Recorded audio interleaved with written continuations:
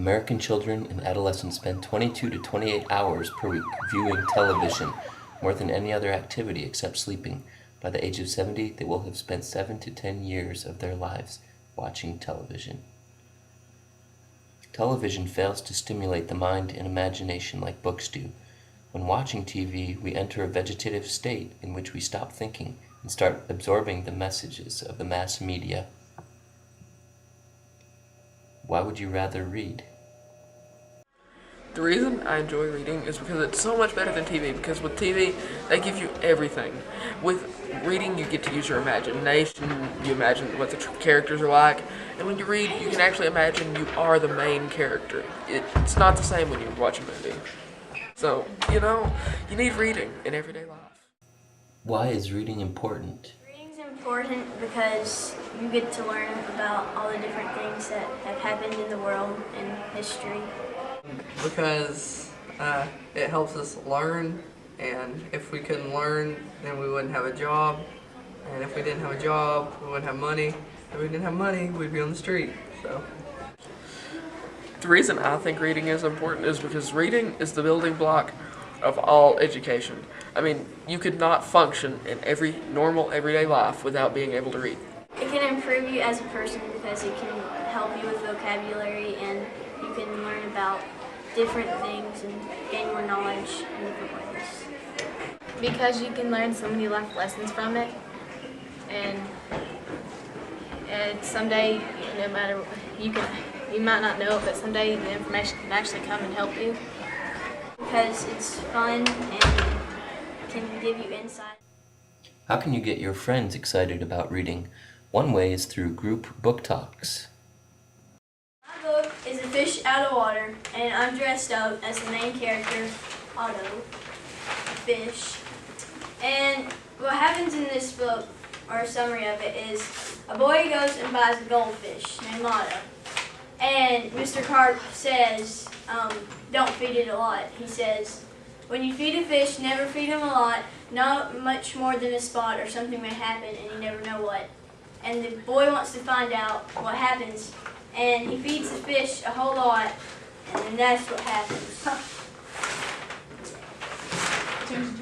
And so this book is fantasy because, the fish doesn't grow that big.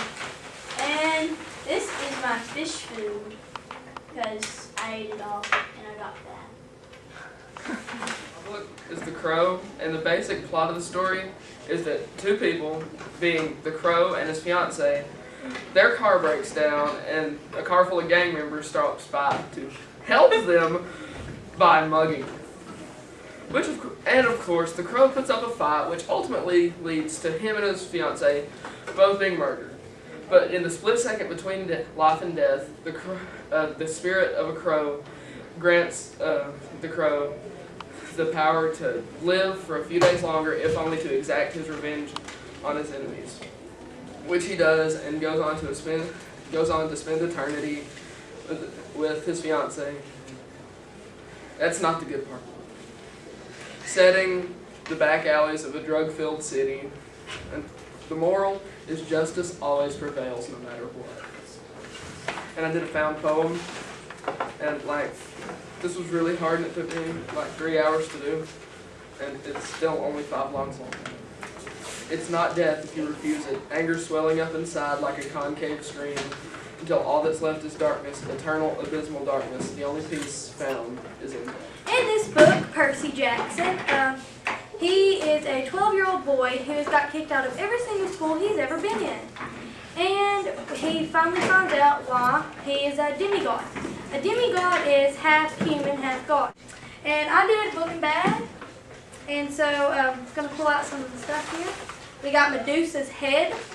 Percy cuts off Medusa's head here and kills her, but he keeps his head to freeze people because it still freezes people. So, okay.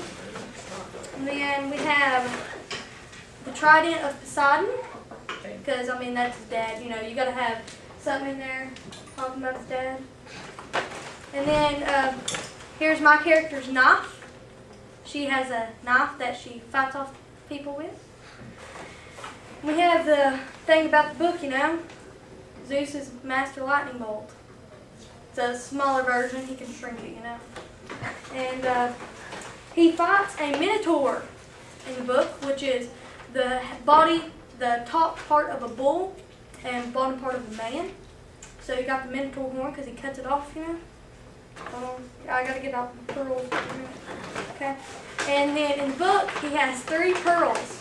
When he goes to the underworld, called the pearls of Persephone, or however you say her name. Persephone.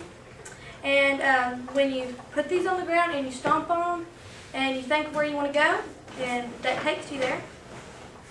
And then golden drachmas. With golden drachmas, you can talk to other people. You can talk to your family members from camp, and you have to make an offering to Iris, goddess of the rainbow. Y'all really need to read the book. It's really good. There's 5 more of the series. All wonderful. Cover of the book. If you need to see a better picture, I've got the book with me right here. It's by Ann Ursu, and the presentation is by me. The main characters are Charlotte Milzwewski and Zachary Miller. Charlotte is a very shy girl who doesn't have many friends, and her only best friend she's ever had moved to Russia.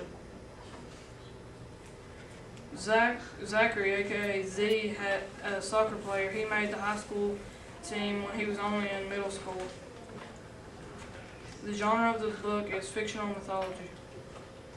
The plot, the rising action, is finding out the Greek mythology is really real, and Mr. Matos told him this. And the climax was when they entered the underworld, which was an entire, I want to say 5 chapters of the book, and they were like 30-page chapters.